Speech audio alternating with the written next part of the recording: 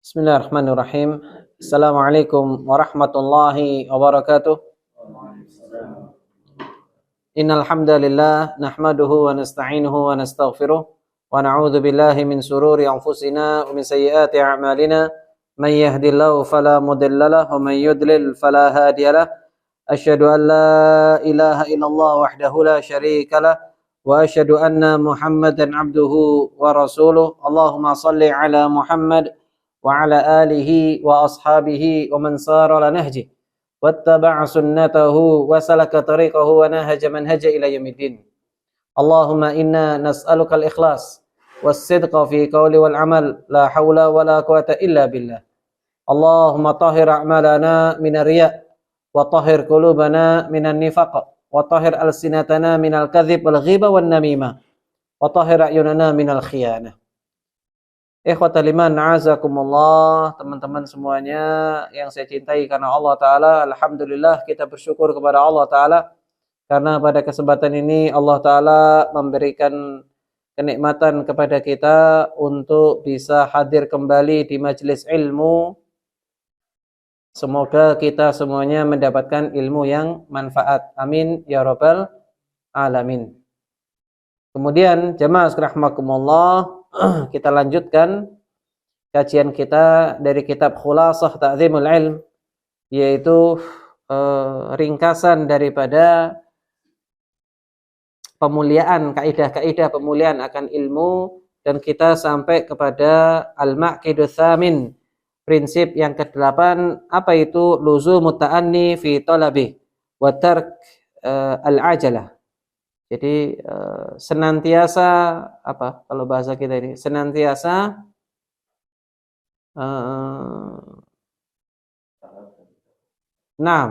jadi bertahap dalam mencari ilmu dan meninggalkan ketergesa-gesaan. Ilmu itu diraih bukan dalam rangka di waktu yang singkat. Ilmu itu ada prosesnya. Orang ngaji itu ada prosesnya, nggak bisa langsung. Sebagian para penuntut ilmu, mereka nggak sabar. Antum bisa perhatikan ya, terkadang ingin dalam satu hari itu langsung pinter semuanya, nggak bisa. Yang tampak sekali orang kadang nggak sabar itu belajar bahasa Arab. Itu biasanya pertama kali masuk banyak. Nanti di ujung, maka yang sampai kepada tataran husnul khotimah itu sedikit sekali. Yang akhirnya sampai sempurna selesai itu apa? Sedikit sekali. Maka itulah fenomenanya. Memang butuh sabar. Ilmu itu butuh sabar. Inna tahsilal ilmi la yakunu jumlatan wahida. Ilmu itu diraih bukan dengan waktu yang bukan dalam sekali waktu.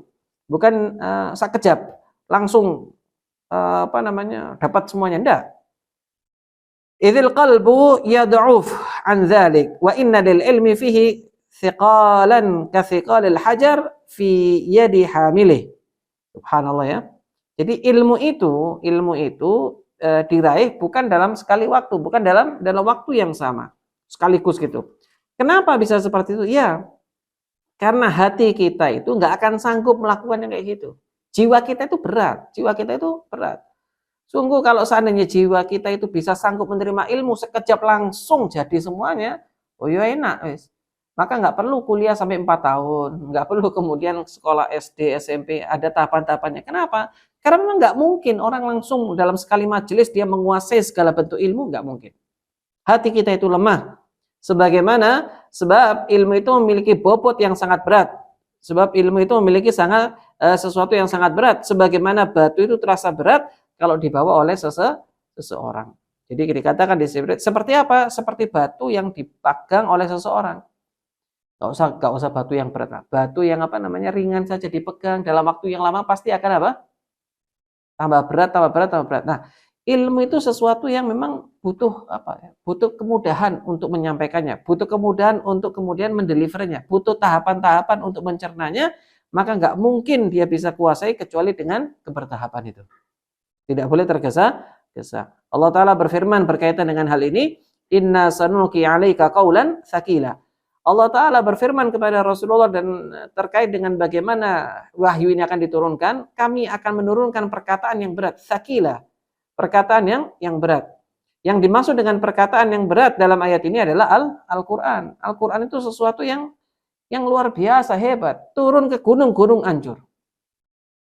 Ya kan? Dalam ayat dikatakan, kalau seandainya Quran turun kepada gunungnya hancur. Karena saking beratnya amanah ini. Saking beratnya daripada Al-Quran ini. Subhanallah. Dan ini dikatakan bahwa yang dimaksud dengan sanulqi 'alaika qaulan tsaqila dalam ayat ini, itu maknanya apa yang dimaksud yaitu Al-Quran. Wa idza kana hadza wasful Qur'an al-muyassar kama qala ta'ala wa laqad yassarna al-Qur'ana lidzikri fama dhannu bighairihi minal ulum.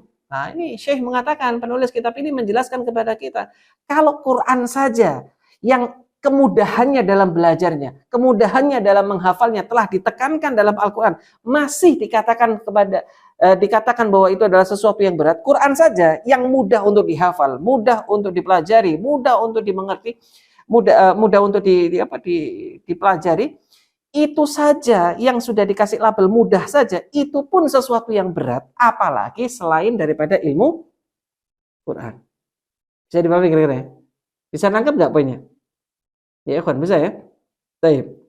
Sehingga di sini dikatakan wa idza kana hadza wasful Quran. Bagaimana kalau seandainya sifat Quran saja itu yang mudah sekali dihafal, sebagaimana firman Allah, laqad yassarnal Qur'ana lidzikri, mudah dibaca, mudah dipelajari, itu saja masih dikatakan sebagai qaulan tsaqila, sesuatu yang berat, perkataan yang berat.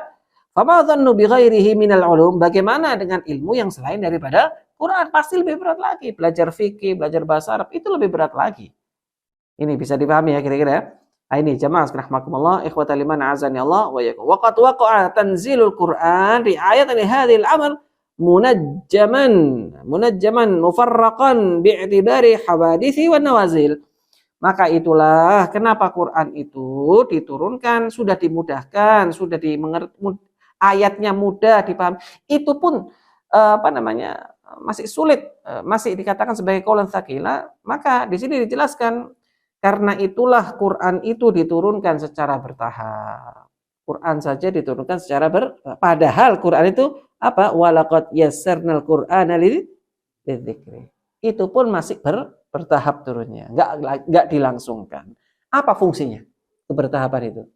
Apa faedahnya kebertahapan itu? Maka dijelaskan di sini, kama qala ta'ala wa qala alladziina kafaru laula nuzzila 'alaihil Qur'ana jumlatan wahida kadzalika linutsabbita bihi fuadak waratalnahu tartila. Nah, ini fungsinya. Sebagaimana firman Allah Ta'ala, orang-orang tidak beriman itu, mereka mengatakan, kenapa Quran tidak diturunkan kepada Rasulullah itu langsung saja 30 juz. Paham ya? Al-Quran itu selalu menceritakan tentang potret orang-orang tidak beriman dengan karakter yang kadang bertolak belakang, Pak. Dengan apa namanya? Dengan sifat-sifat yang sangat rinci untuk menjelaskan karakter mereka yang bertolak belakang. Quran itu selalu seperti itu, menjelaskan mereka dengan sangat detail tentang karakter mereka. Contoh, mereka itu pingin wahyu diturunkan sekejap 30 juz. Nanti kalau diturunkan sekejap, wah yo repot 30 juz. Kenapa nggak bertahap? Itu memang dalam begitu orang-orang tidak beriman sebenarnya. Jadi ada model-model manusia yang semacam itu, yang mereka itu sebenarnya untuk menghindar dan untuk membenci syariat ini. Sehingga selalu cari apa? Nah, celah. Bagaimana caranya supaya Muhammad ini sallallahu alaihi wasallam menjadi figur yang sangat buruk di mata orang-orang yang ada. Nah, ini ikhwan fillah azani Allah ya. Maka dikatakan di sini, diceritakan sama Allah Ta'ala, kenapa orang-orang kafir itu mereka mengatakan kenapa Quran tidak diturunkan langsung 30 juz sekejap sekaligus. Maka dijawab sama Allah Ta'ala, apa tujuannya? Itu adalah cuma satu, kadzalika linutsabbita bihi fuadak. Tujuannya adalah untuk memperkuat apa? Jiwamu, supaya kamu mantap menerimanya bertahap. Seperti kajian kita ini, ya bertahap, meskipun redaksinya pendek, ya sudah bertahap. Sekali pertemuan satu kaidah. Tujuannya apa? Supaya betul-betul kita mengerti dengan jelas apa yang dimaksudkan oleh penulis ini. Maka di sini dijelaskan wa hadhil ayah hujjatun fi luzumi ta'anni fi talabil ilmi. Maka ayat ini telah menjelaskan kepada kita tentang pentingnya kita bertahap dalam mencari ilmu wa tadarruj, dan bertahap dalam meraihnya, wa tarkil ajilah, dan meninggalkan ketergesa-gesaan, kama dzakarahul Khatib Al-Baghdadi Al-Faqih dalam kitabnya Al-Faqih wal Mutafaqih, War-Raghib Al-Asfahani fi Muqaddimati Jami' At-Tafsir, sebagaimana perkataan Ar-Raghib Al-Asfahani dalam muqaddimahnya kitab beliau yaitu Jami' At-Tafsir, wa min syi'ri Ibnu Nahas Al-Halabi, yaitu apa? Al-yawmu syai'in wa ghadan mithlu min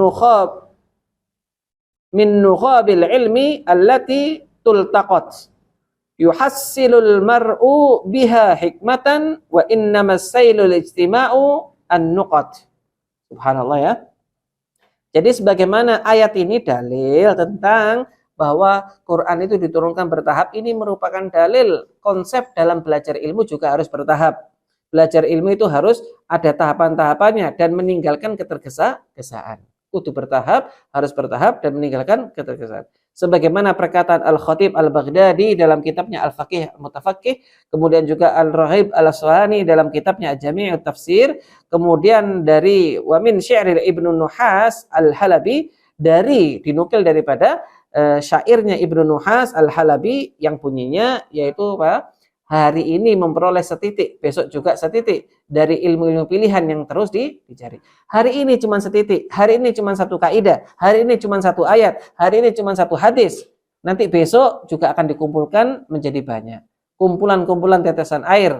Dan ini menunjukkan jemaah sekalian rahimakumullah, dengan itulah seseorang bisa meraih hikmah. Sungguh air bandang itu, banjir besar itu kumpulan daripada apa? Tetesan-tetesan air. Maksudnya apa? Orang belajar bertahap itu lebih mantap dan lebih sempurna pemahamannya. Bertahap. Hari ini misalkan ya, antum kalau mau coba praktekkan konsep yang sederhana ini, contoh misalnya, mau belajar tentang masalah apa? Masalah sebutlah hadis. Dimulai dari kitab yang paling ringkas, dan kita sudah bahas tentang kaidah ini, lalu kemudian setelah itu apa? Bahas kita satu-satu. Satu misalkan dalam satu hari satu hadis. Arba'in Nawawi misalkan. Satu hari satu hadis. Innamal a'malu binniyat misalnya, dibahas panjang lebar, udah cukup setengah jam, 1 jam. Selesai. Satu hari satu hadis. 40 hari selesai, 42 misalnya ditambah dengan 8 hadis misalkan dari Ibnu Rajab jadi 50. Maka subhanallah 50 hadis ini 50 kali pertemuan selesai. Tapi mantap dibandingkan dengan hataman. Hataman itu cuma baca. Baca, jelaskan, baca, dikasih keterangan taklik gitu. Maka ini hanya sebatas untuk membaca. Tapi kalau kemudian kita bertahap satu kali satu hadis, maka insya Allah itu akan jauh lebih tertancap dalam jiwa kita. Karena sungguh banjir besar itu kumpulan daripada tetesan-tetesan air. Ini wa muqtada luzumut ta'ani wa tadarruj. Dikatakan di sini, maka konsekuensi dari adanya tahapan belajar adalah memulainya dengan apa? Maka bagaimana caranya? Bagaimana mempraktekannya? Bagaimana penerapannya? Kaidah ini, ta'anni wa tadarruj ini, bada'atu bil mutunil qisar musannafati fi fununil ilmi hifdhan wastirahan atau wastishrahan wal mailu an mutala'atil mutuwalat allati lam yartafi' at-talibu ba'du ilaiha. Jadi bagaimana penerapannya konsep dan kaidah ini, tadarruj bertahap ini? Maka kalau belajar ilmu agama, belajarlah dari matan-matan ringkas yang telah disepakati kesohihannya, telah disepakati, dan kita sudah bahas tentang matan-matan sahih ini. Jadi kalau mau belajar itu mulai dari yang ringkas-ringkas, yang itu merupakan cabang dari berbagai macam disiplin ilmu yang mau kita kuasai. Contoh, dalam ilmu akidah, maka pelajari kitab akidah Thahawiyah. Dalam ilmu fikih, maka pelajari matan Nabi Syuja kalau mazhab Syafi'i misalnya. Dalam ilmu hadis, maka baca kitab Manzumah Baiquniyah misalnya. Maka itu semuanya di masing-masing disiplin ilmu itu harus kita kuasai daripada matan-matan dasarnya. Matan-matan dasar yang memang itu kalau kita pengen menguasai semua cabang ilmu. Jadi setiap ilmu dari disiplin masing-masing ilmu diupayakan. Di sini ditekankan untuk dihafal, dipahami ya. Bukan membaca kita tebal yang belum waktunya. Biasanya orang nggak sabar wis. Waduh, mosok pengen belajar fikih kontemporer, pengen belajar fikih perbandingan mazhab kok disuruh belajar matan Nabi Suja. Enggak mau saya. Saya langsung pengennya kepada Al-Mughni. Waduh. Atau misalkan dalam Majmu' Syarah Muhadzab misalnya, dalam mazhab Syafi'i. maka pasti akan pusing sendiri. Kenapa? Nggak ngerti kaidahnya, tidak tahu batasannya. Pasti pusing. Pendapat ini begini, pendapat ini begini, pendapat ini begini. Nanti selesai baca kitab itu malah pusing sendiri. Apalagi bacanya sendirian tidak dipandu sama gurunya. Maka apa yang terjadi? Tambah keruwetan yang dia pahami. Maka belajar matan-matan ringkas dulu, bertahap, sampai kemudian dia telah menguasai berbagai macam disiplin ilmu dari matan-matan yang paling ringkas. Barang siapa mengkaji kitab besar sebelum waktunya, maka bisa jadi dia akan membahayakan agamanya. Nah ini dikatakan di sini, wa man ta'arrada lin nadhari fi mutuwalat faqad yanji ala dini. Maka agamanya akan berbahaya. Wa tajawazul i'tidal fil ilmi rubbama adda ila tadyi'ihi. Wa min bada'il hikami qawlu Abdul Karim Ar-Rafa'i ahadin syuyukhil ilmi bi Damashq Syam fil qurunil madi ta'amul kibar summus sighar. Nah, ini menarik ini ya. Jadi dikatakan di sini, barang siapa mengkaji kitab-kitab besar, maka dia sebelum waktunya, maka itu akan membahayakan agamanya. Orang kalau belajar, misalkan belajar hadis langsung kepada kitab Fathul Bari, wah pusing sendiri. Pusing sendiri, nggak ngerti dia. Kalau kitab-kitab tebal, saya nggak mau kitab-kitab tipis. Apa ini kitab tipis? Saya mau langsung tebal. Kita bawa Fathul Bari 15 jilid. Atau misalkan tafsirnya Imam Qurtubi misalnya. Atau wah ini ribet nanti. Nggak ngerti kaidahnya malah tambah pusing sendiri. Begitu. Juga telah melanggar aturan yang benar dalam belajar. Umumnya juga akan melanggar. Kenapa? Nggak pantas. Contoh misalkan ada anak SD diajari tentang bagaimana cara ngoding. Kalau dalam ilmu komputer, belajar ngoding itu kan buat aplikasi. Ayo sekarang kita belajar ngoding. Ngoding itu apa? Pak arek SD nggak paham. Jangan kan ngoding sing rone mek 1 tambah 1 loro, 3 tambah 3 piro? 6. Ah itu arek SD nggak ngerti apa-apa diajari ngoding. Ayo sekarang kita buat function. Function iki apa, Pak? Waduh. Kenapa? Belum waktunya. Dipaksakan gak iso. Ayo perhatikan. Yes diperhatiin, gak ngerti. Kenapa? Durung wayahe, kan gitu kan? Belum waktunya dan memang belum saatnya dia mengkaji buku-buku itu. Nah, kalau mau belajar ngoding, pertama yang harus dipelajari apa? Ya belajar matematika dulu setidaknya dasar. Matematika logika dipelajari dulu, konsep algoritmanya dipelajari sampai kalau sudah menguasai baru semester 2 nanti mulai belajar dan seterusnya. Seperti itulah aturannya. Kalau dalam ilmu umum saja kita bisa menerima kaidah ini, kenapa dalam ilmu agama kita pengennya langsung blek gitu? Ya kan aneh. Kalau untuk ilmu-ilmu umum kita bisa terima itu. Oh iya, belajar dulu apa? 1 tambah 1 dulu belajar sampai belajar matematika misalnya belajar berhitung dasar, kemudian nanti meningkat lagi. Kenapa kalau ilmu umum kita mau terima ini, tapi kalau disuruh belajar agama enggak mau dari dasar. Pengennya langsung jadi ulama. Gak iso. Makanya dikatakan di sini ada sebuah bait syair yang cukup bagus yang dinukilkan oleh Abdul Karim Ar-Rifai yang mana ini merupakan ulama besar di Damaskus. Apa kata beliau? Ta'amul kibar summus sighar. Makanan orang dewasa itu akan jadi racun untuk anak bayi. Anak bayi dikei krengsengan ya munting, Mbak. Iya apa enggak? Kayak kebuli ngono. Wis gak apa-apa, bapaknya seneng soalnya lho, bapak untuk ayahnya sehat, untuk ibunya sehat.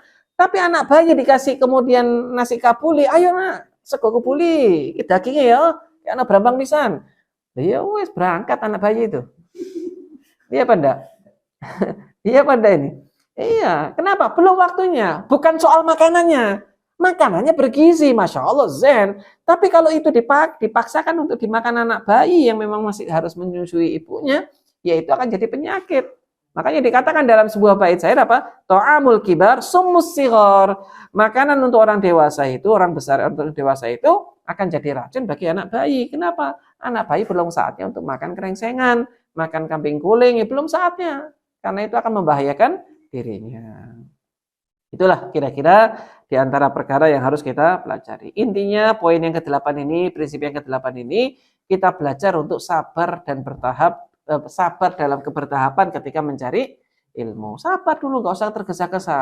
Sabar, sehari, sekali pertemuan, 2 kali pertemuan, 3 kali pertemuan, sampai kita betul-betul bisa apa?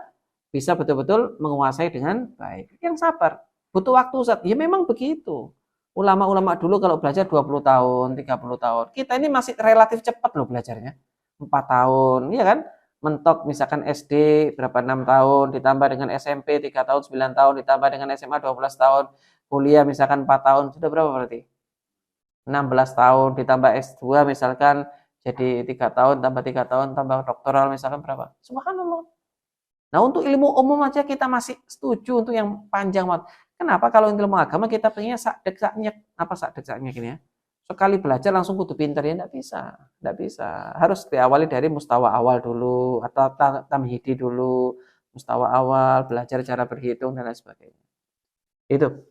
Itulah mungkin ikhwan fillah azakumullah, semoga yang ringkas pendek ini bisa menjadi renungan bagi kita dan bisa menjadi pelajaran bagi kita agar kita bisa lebih semangat lagi belajarnya tapi tetap sadar bahwa ilmu ini perlu diraih dengan kebertahapan.